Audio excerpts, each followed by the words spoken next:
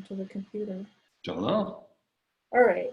Okay, so I had hoped that Perrin would have joined us today. He may still, because I wanted to talk with him, with you guys, about nuclear power. But there are a couple of other things that are on my mind anyway, and maybe we could start on those, and if he shows up, we can segue into nuclear, and if he doesn't, we can go with those or whatever else you guys want to talk about. So I made a short list about what seems to be going on. I get the feeling, and correct me if I'm wrong, that more and more people are feeling more and more of a sense of urgency about the climate crisis, the loss of biological diversity, and so on. Is that the impression you have? Yeah. No, I agree. It's certainly, yeah, probably 5-10 years ago, you would see maybe an article a week that had the sense of urgency that I thought was necessary. And today, probably daily, I see an article in reputable publications. So yeah, I agree. I'm also seeing art shows and books and other events that artists are involved with also daily. Yeah. And many new names. So that's encouraging. What I've been thinking about is what are our options? There was an article that went the rounds on the EcoArt dialogue about whether or not wind turbines killed a tremendous amount of insects. Gene, you probably saw this on the dialogue. Jim, have you heard anything about that? Insects?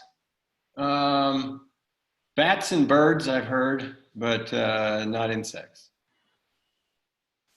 Jane, did you follow that particular thread? I didn't get into it, but I mean, it's one of the things I'm going to have to take somebody else's opinion about. But I mean, it seems reasonable that that's happening, and we are. Anecdotally, I'm seeing fewer insects and things that eat insects. So when you try to figure out why that's the case, if it is, it seems to fit. So I don't know. And of course, we all know about the push for banning plastics and the horrendous results in the ocean of plastic use. It's incredible. Yeah. It's just, I mean, there are articles about some remote article around New Zealand, getting plastics on every part of the beach. I mean, all sizes, all kinds. I mean, there's no place you can go without finding a lot of plastics. Not because of the city is nearby, but just out really strange places. They're all over. And what you can see is only the tip of the iceberg, literally. I mean, it's, right. what's below the surface, and then, some of this stuff does become waterlogged, and some of them do sink. And so the bottom of the ocean is probably about nowhere you can go and not find something. Well, that explorer that took a submarine down to the depths of the Jamaica Trench found a piece of plastic on the bottom. Yeah. I mean, and you don't see much with the camera view. And you're at, I don't know, 31,000 feet. I don't know, way down there. Yeah. And then, of course, there are all the beached whales with stomachs full of plastic that have died of starvation. So these are the kinds of questions that I was thinking about while I was waiting to see whether we would all show up. And let's see if anybody wants to pick up any of these. What are we willing to give up?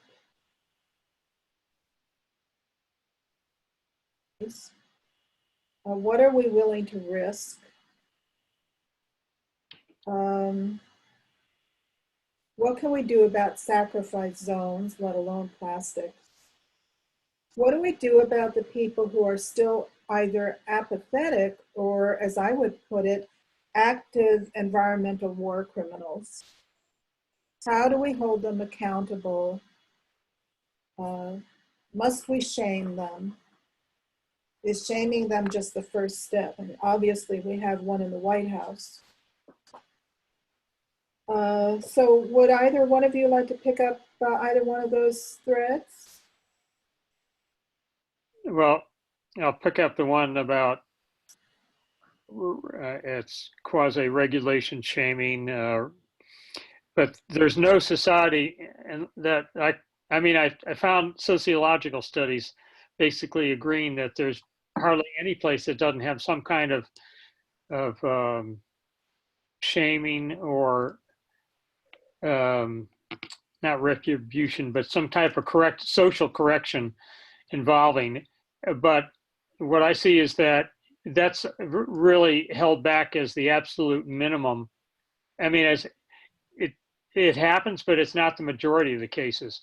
People want to get away from that, and we find ways to, in stable societies, to have somebody turn you at the shoulder when you're younger and get you back into the system, so to speak, into a socialized medium or milieu. So I think it's overemphasized, but it is necessary in almost every society that I can find, that there's some way of addressing the outliers, so to bring them back into a healthy situation.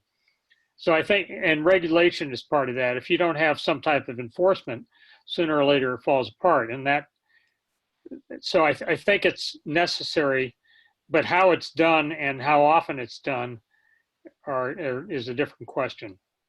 So I think it gets overestimated, overemphasized in terms of our conversations about it, but it gets marginalized when we overreact. Mm.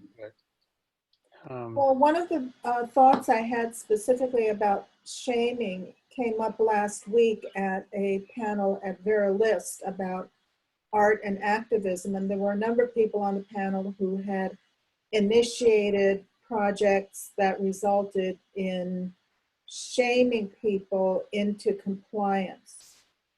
And I asked whether this was really effective strategically, because we did a really good job of shaming Nazi Germany, and they've come back with a vengeance.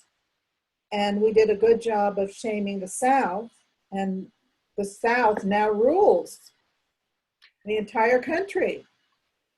Well, that's not, I don't think the Nazis have come back with a vengeance equal at all to what was going on before, or the South, because it's just a really agonizingly slow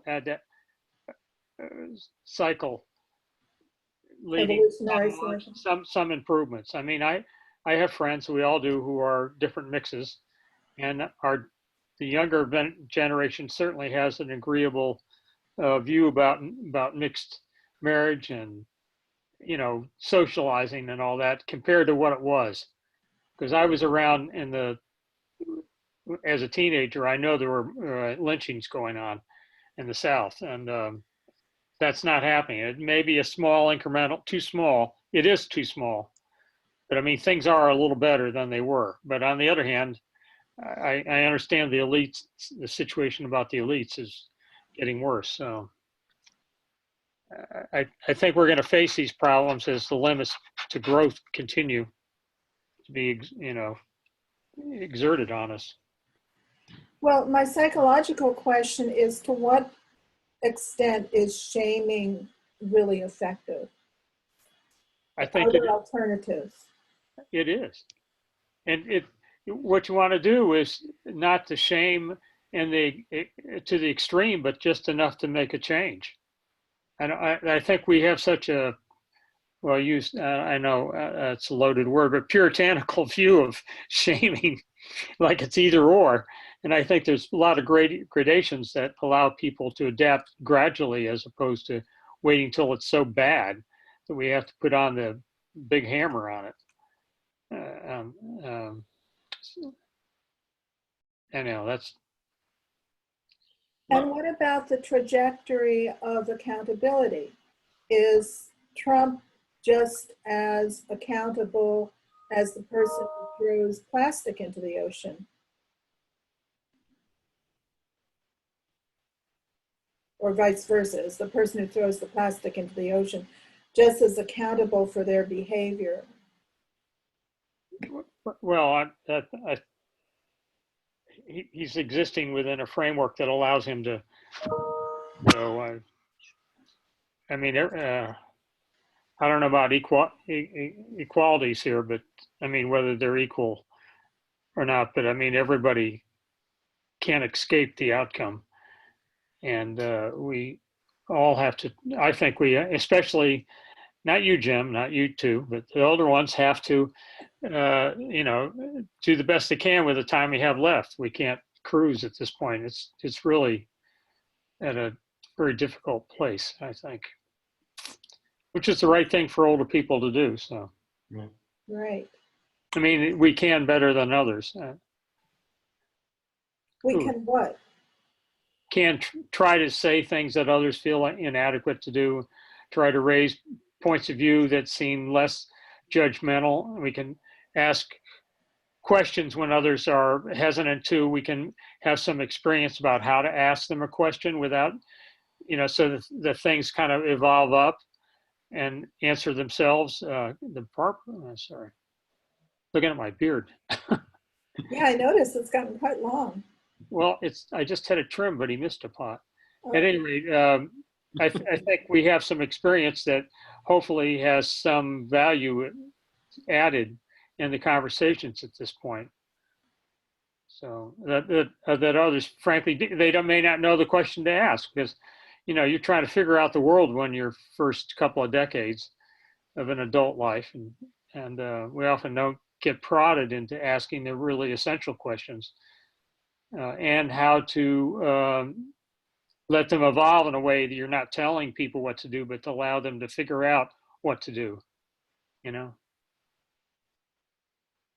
So Jim, do you want to say something about this trajectory of shame and accountability? I think shaming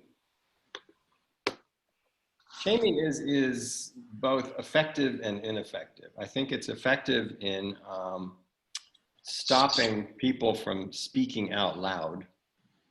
I don't think it stops people from believing what they want to believe. And in particular, that 15% of any population that is going to be, regardless of the issue, is going to be out there on the edge. I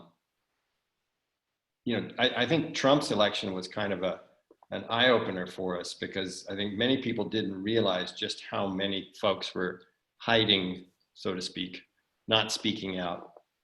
And then when he got elected, they felt emboldened, and the number of incidents of racism and anti-LGBTQ, et cetera, I mean, that's just skyrocketed.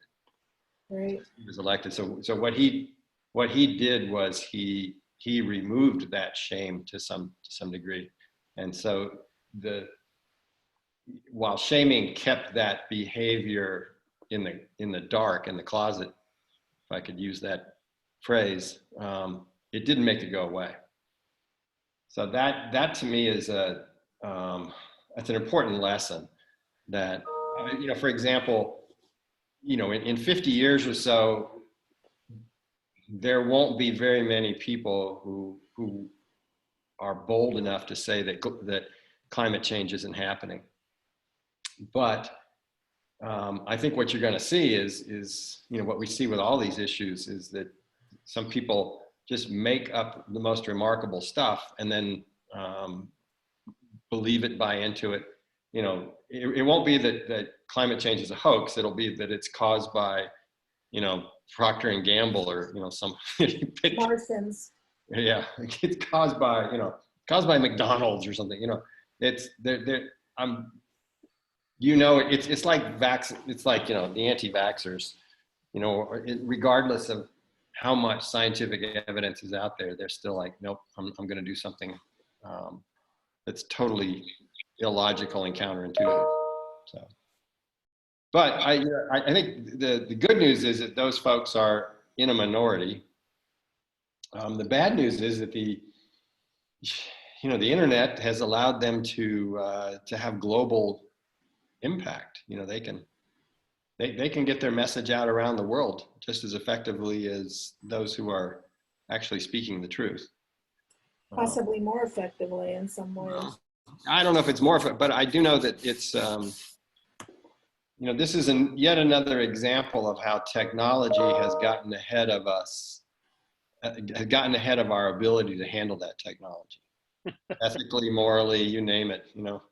And there's so many examples of this, but you know, we just need to, we either need to grow up faster or we need to put the brakes on, you know, some of these technological advances, because we're just not ready to handle them when they come along.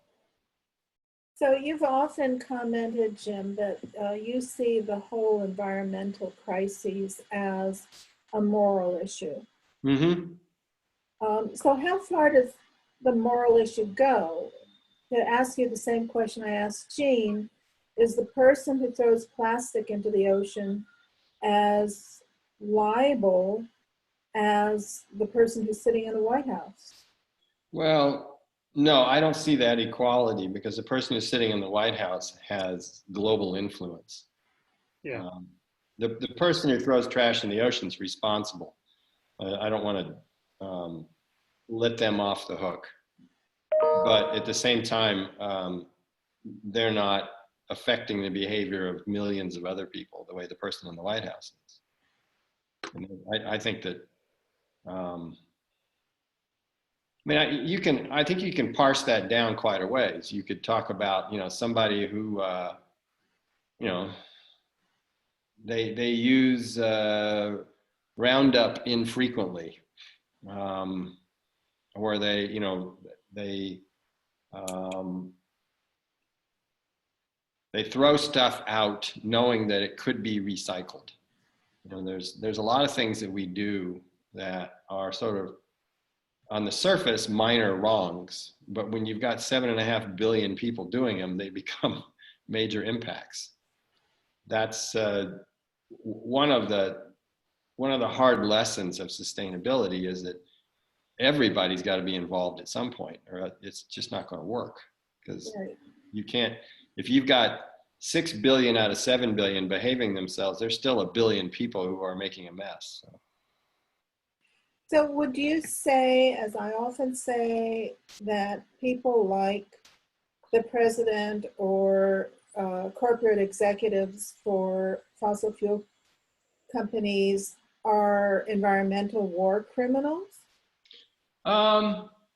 Should they be taken to The Hague? I think this will happen. I mean, to the degree that they know they're doing something wrong, which today is kind of really hard not to, and then cover up their activities. You can certainly argue there are degrees. If you're an executive of a company, say an oil and gas company, you can, I think you can make a legitimate argument that because we have no energy policy in this country, they're not necessarily the ones who are doing the wrong here. They're just supplying energy. Obviously, I'm not in favor of the argument, but I can understand the argument. If we had an energy policy that said, no, we were not going to, or we were going to ramp down coal, oil, and natural gas, we're going to build up solar, et cetera, and those same people went out of their way to torpedo that legislation or to break the law by some mechanism, then yes, they're criminals. But I think what's important is we need to, I think, you know, that, and I've said this before, I think the real problem here is the politicians. The people that we elect to lead the country and our states need to be out there making clear statements and writing clear laws about how we're going to deal with these problems. And then that criminalizes behavior directly. I want to go back to this, or deeper into this question of who's a war criminal. Because the Koch brothers are clearly financing many political campaigns, and especially campaigns of disinformation about the climate crisis. And we all know that there are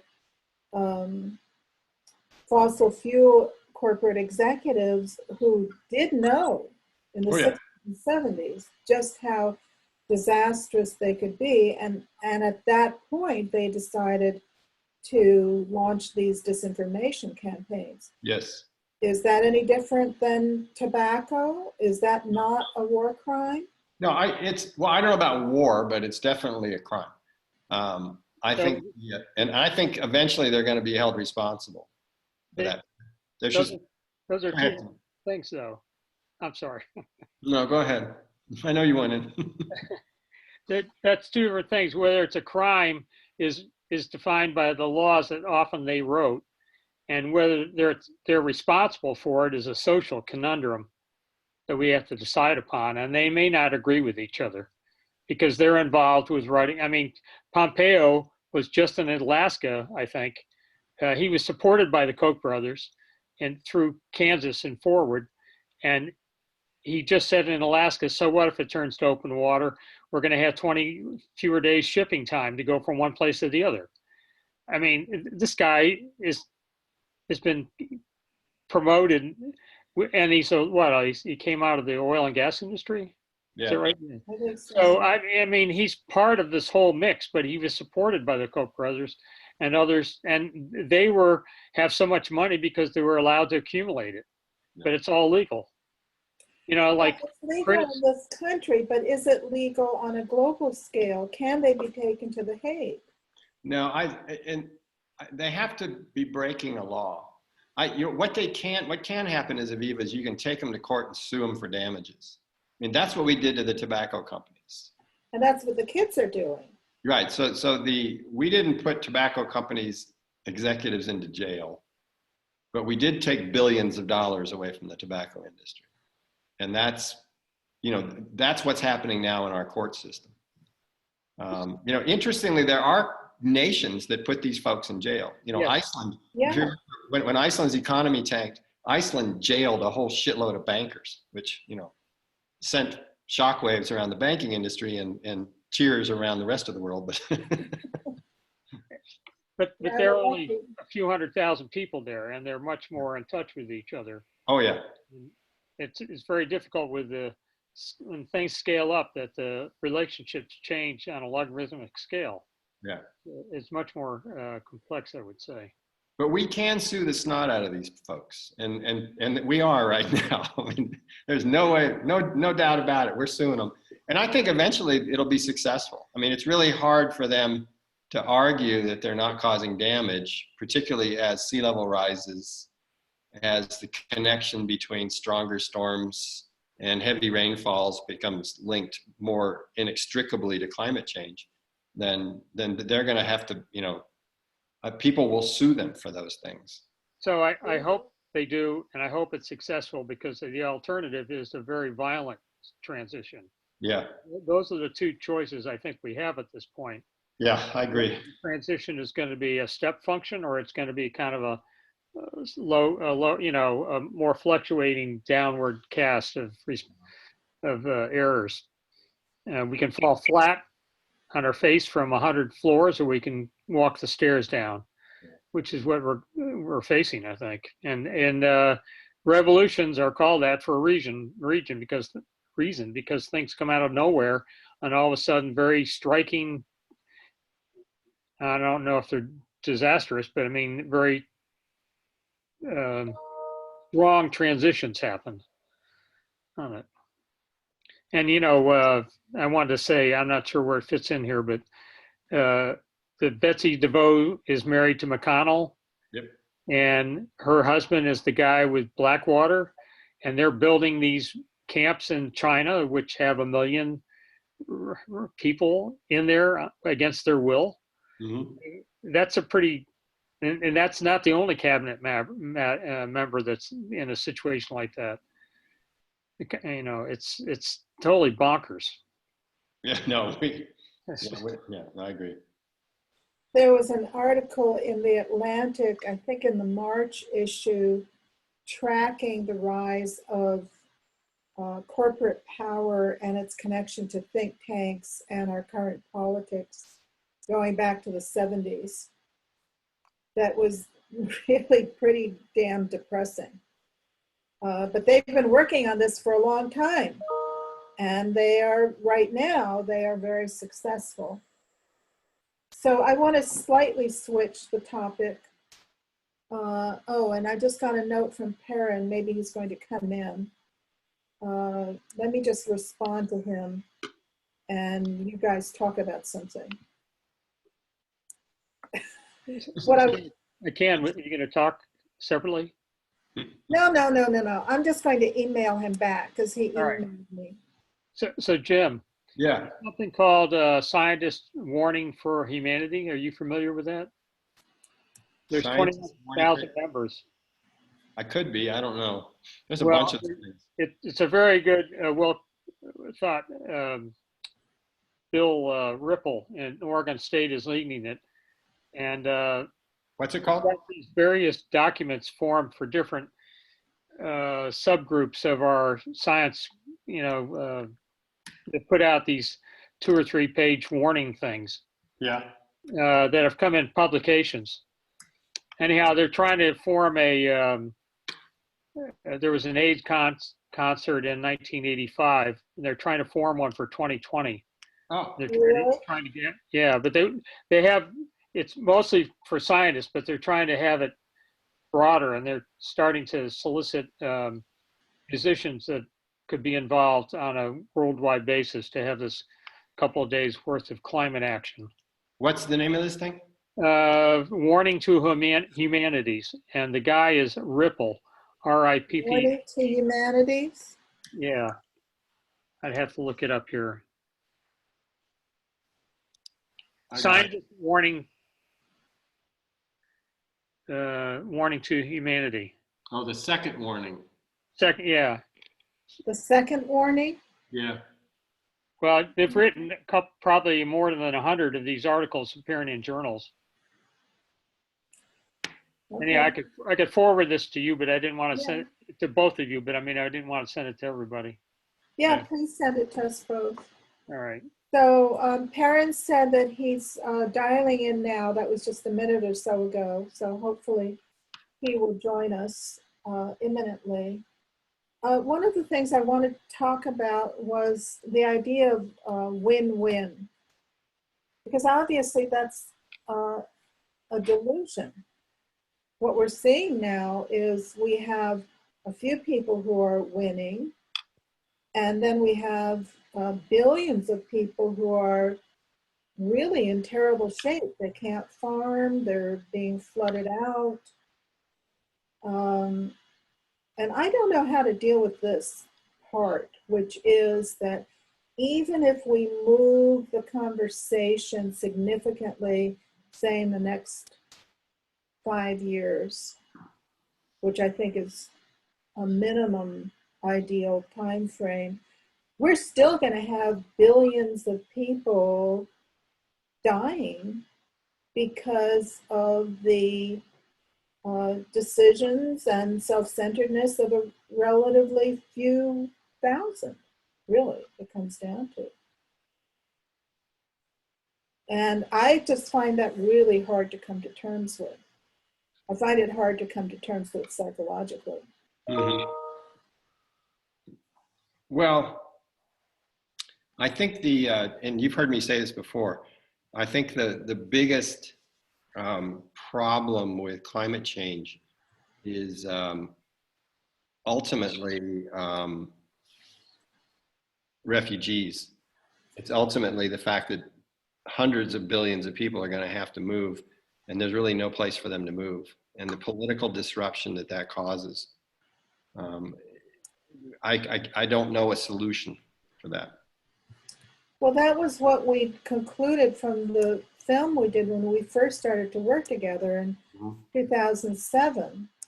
And if anything, the whole situation has gotten that much worse. Yeah. But it's one of those problems that I hope people make the connection, and I think eventually they will. But we already have trouble with a relatively small number of people wanting to migrate from country A to country B. And, imagine those numbers amped up by a factor of, 100,000 or something like that. Well, more than that, didn't we calculate that from Bangladesh alone, it could be 200 million? Yeah, but yeah. So to me, this is the one issue that we're not facing, or maybe the Pentagon's facing it, I don't know, but we're not facing it.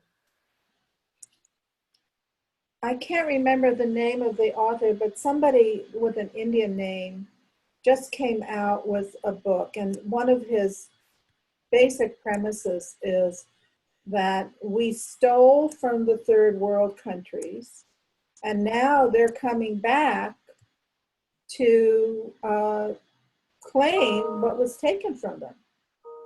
That's what the real story of immigration is. That all these countries were colonized. They had everything extracted from them, and people continue to do that. They were colonized, and then the colonization was replaced with corporate cultures, which continued to extract resources at alarming rates. And now they want to get it. They want it back.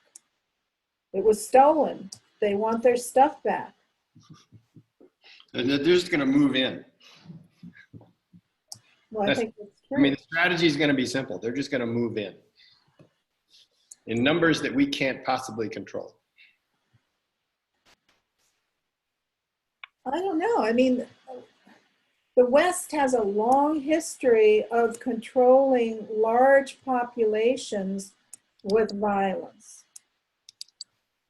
And even if we have large numbers of people coming back to us and saying, hey, you took this, I want it back, can they stand up against the kind of violence that somebody like Trump seems perfectly happy to unleash? I think eventually, yes, they can. Well, then it's going to be very messy and bloody. It could well be. I think, again, that's my biggest fear. Yep. Well, you may recall that when we showed that film that we did, and I saw it, the whole thing for the first time, and the audience said, well, what do we do? I said, we're fucked. Yeah. Yes. So what do you really think? So here's my question. We're talking about a lot more than whether people recycle their plastic. Yeah. What is this a question of not just giving up the mythology about win-win, but what exactly are we going to be prepared to give up or sacrifice to have even nominal stability in the world? A lot of material possessions.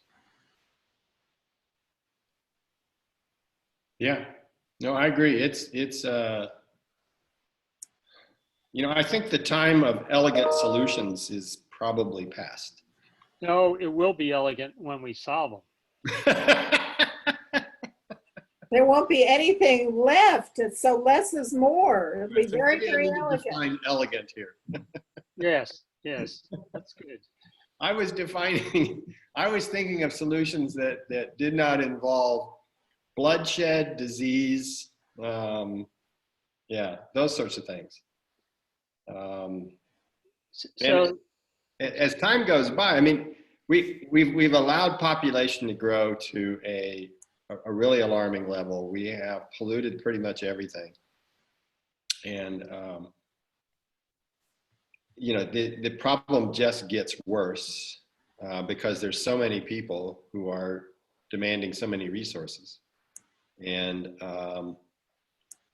I know I don't sound like optimistic Jim right now, but it's,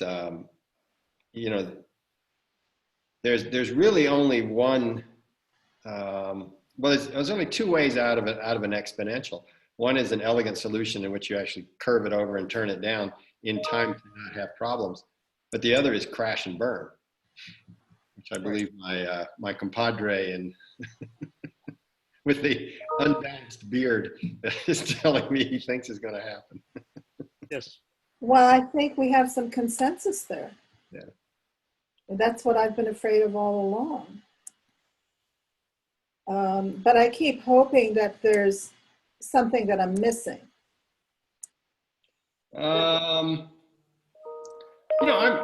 Well, okay, I will be the eternal optimist. I always think it's possible for us to find our way out until the crash and burn point. I always think it's possible. But as a realist, I would say yes. I mean, most of the time, the way out of these things is crash and burn. There's been some pushback against Jared Diamond's ideas that populations overuse resources and that's what leads to a crash. But I don't see a logical way to refute that. That seems to be exactly what's happening right now. Who pushed back on that and why? Honestly, I don't remember. I just thought I just made a mental note of, well, somebody's questioning that. Well, I know that. So when I talk to my archaeological colleagues, I think there's a growing recognition that climate plays a very important role in the crash of civilizations. But typically it's because those civilizations have pushed themselves to an edge where they can no longer adapt if there's a stressor. And frequently climate is the stressor, but ultimately the problem is because they didn't deal with the growing issue until it became a real crisis. So it's a combination of, population and resources, and then at some point, some trigger occurs. And that trigger frequently is climate. So do you think climate is more of a trigger than overusing resources? I think what overusing resources leads populations to the edge of, this is not a word, but unadaptability, where they cannot adapt anymore. And then they face a stressor, usually a climate stressor, and they can't adapt. And the civilization collapses. So give me an example of a civilization that's happened to.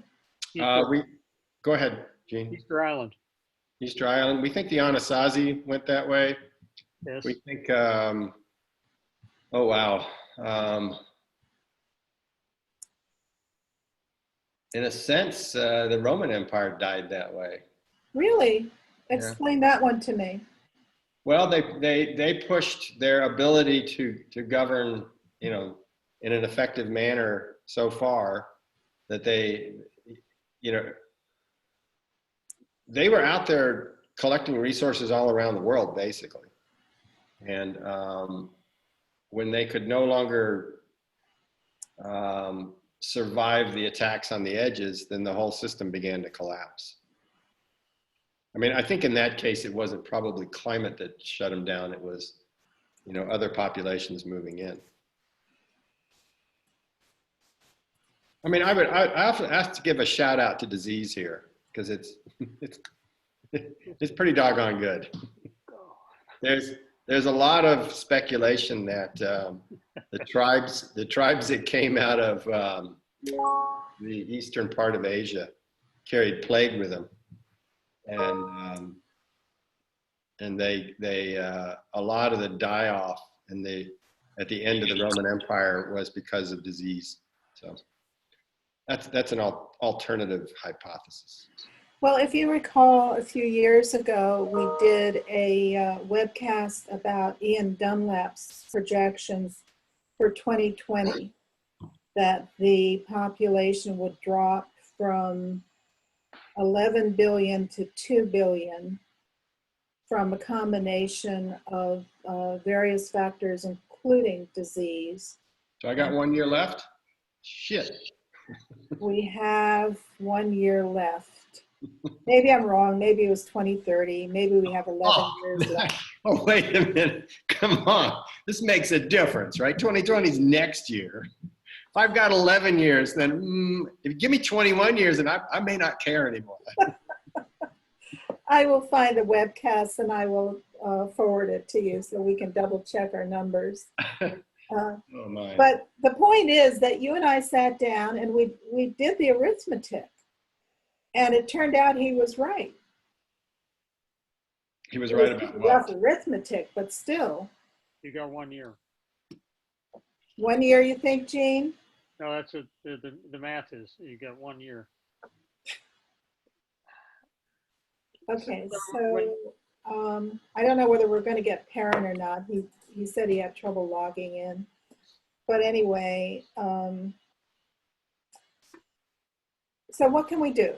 What do? We just sit here and we wait for the hordes to rise up and get rid of the oppressors, including us?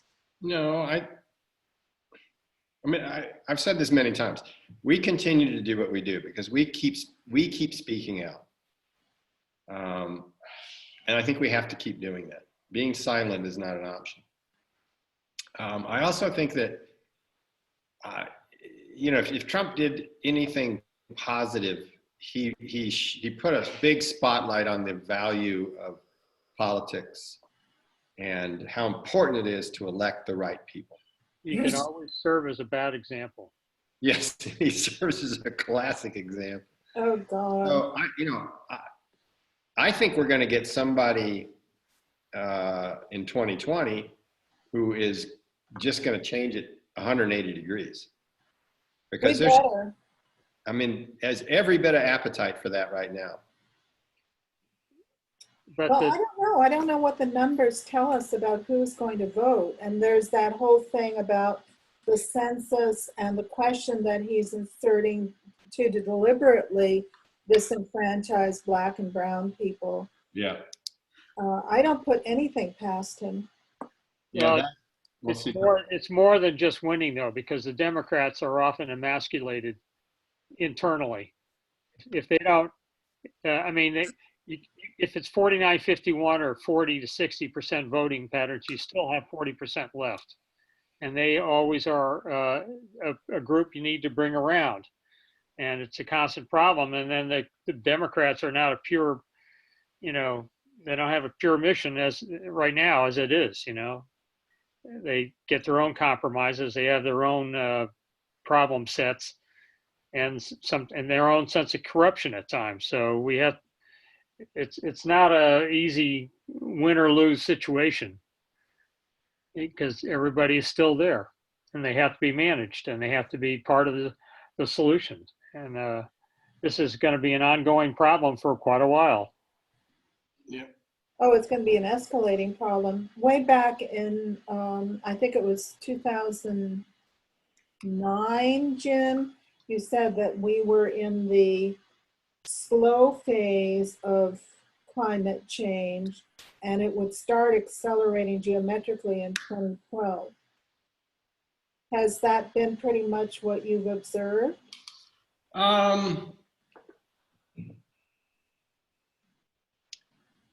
Yeah, I think we're on the beginning of a really steep ramp up in terms of impacts. Hockey stick stuff? Yeah, I mean, nothing is linear on this planet.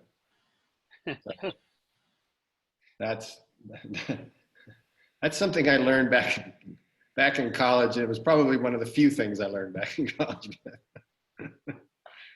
There's nothing linear. Well, I always go back to the rules of thermodynamics and what permits change to happen.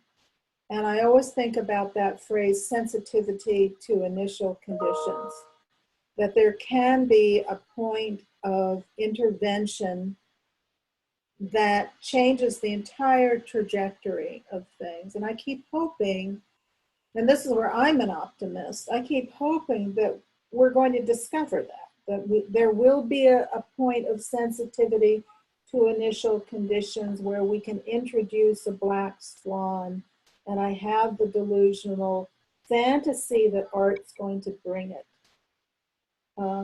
But what do you think about that? What do you think about applying principles of thermodynamics to reversing the course of what we see happening? So the time scale for that on a personal level might be, you know, you're running into a car or something, you have an accident. But on a social aspect, you might look at it in terms of not a geological framework, but over a couple of decades. So a short time frame may be as the insurance industry figures out that they can't make money the way they have calculated things. And so that or the flood risk benefits that the, you know, National Flood Insurance Program, that finally gets turned down, that people can't have a place flooded 17 times and get paid. It's going to be probably 12 to begin with, and then 5, and then maybe 3 times. But those incremental changes could look like a really drastic action when looked at it over 5 or 10 years, which I think may not be enough, but I think that's the way we're going to is going to happen. People are going to give up their houses knowing they're going to live in their house knowing it's not going to be refurbished when the next storm hits. Stuff like that. I mean, it's not going to happen in a week or a day or a year, but many years. And that may not, that won't be fast enough, but those are some interventions, so to speak, that will happen out of the reality of the situation, given our current social construct. I hear now people, without endorsing any of this, although I might, that socialism is not a dirty word anymore. You know, they're perfectly willing to bang capitalism for its greed and substitute with something else, which means something one way to one person and another way to another, perhaps. But it's entered the conversation. Yeah. Well, In a way it wasn't there 2 or 3 years capitalism. ago. I'm sorry? I don't think we have capitalism. I think what we have is oligarchism. Oh, yeah, or maybe whatever you call it, but it was only capitalism before. It was the great touchstone of success. Right. And right now, people are willing to talk about socialism as being part of that, which is good, I think. But, Yeah, I agree.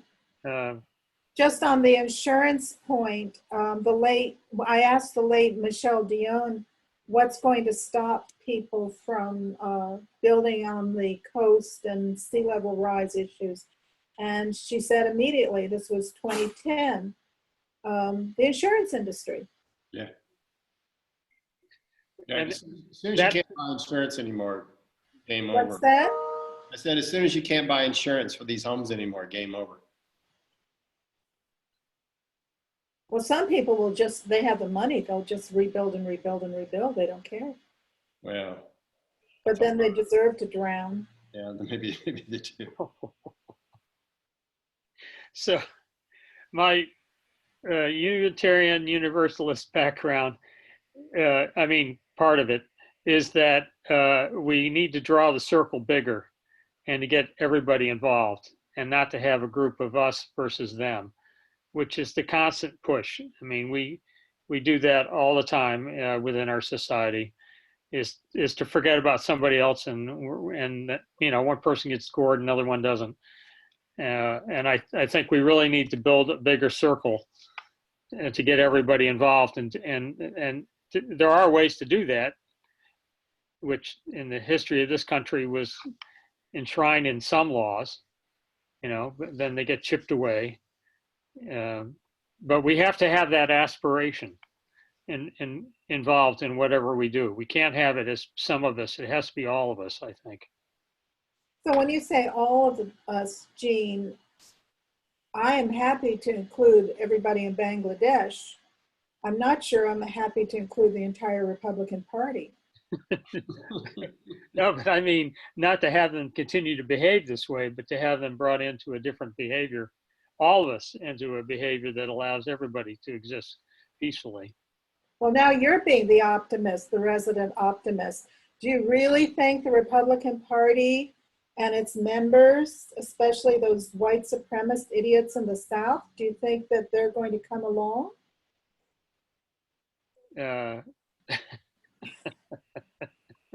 Listen, man, I live down here.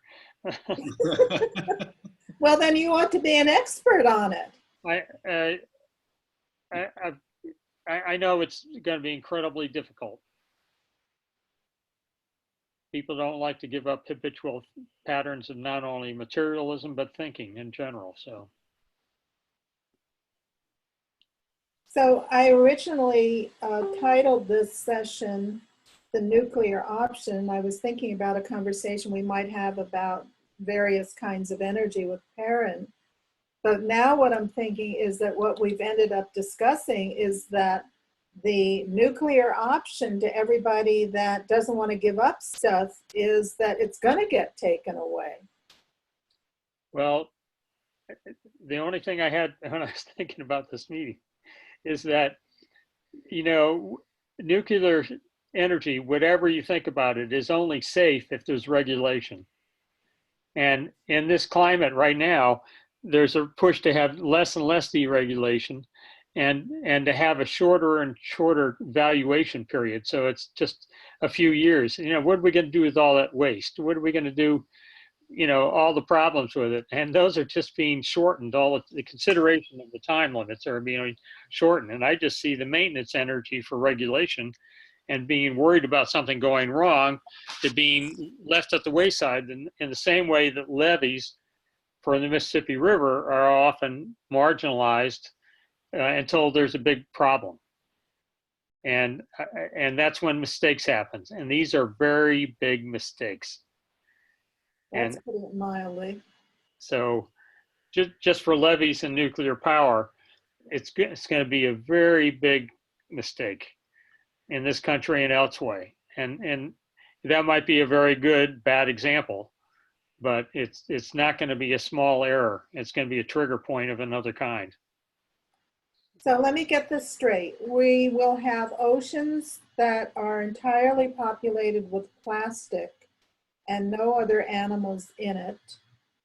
And we will have aquifers that are completely polluted one way or the other.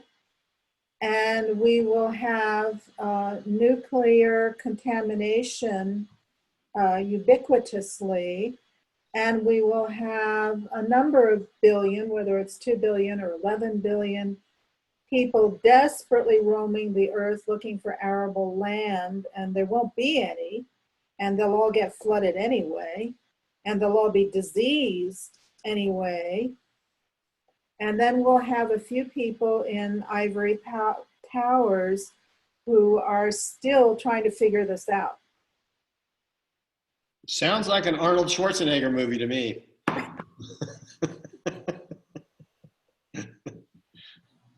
Well, am I wrong?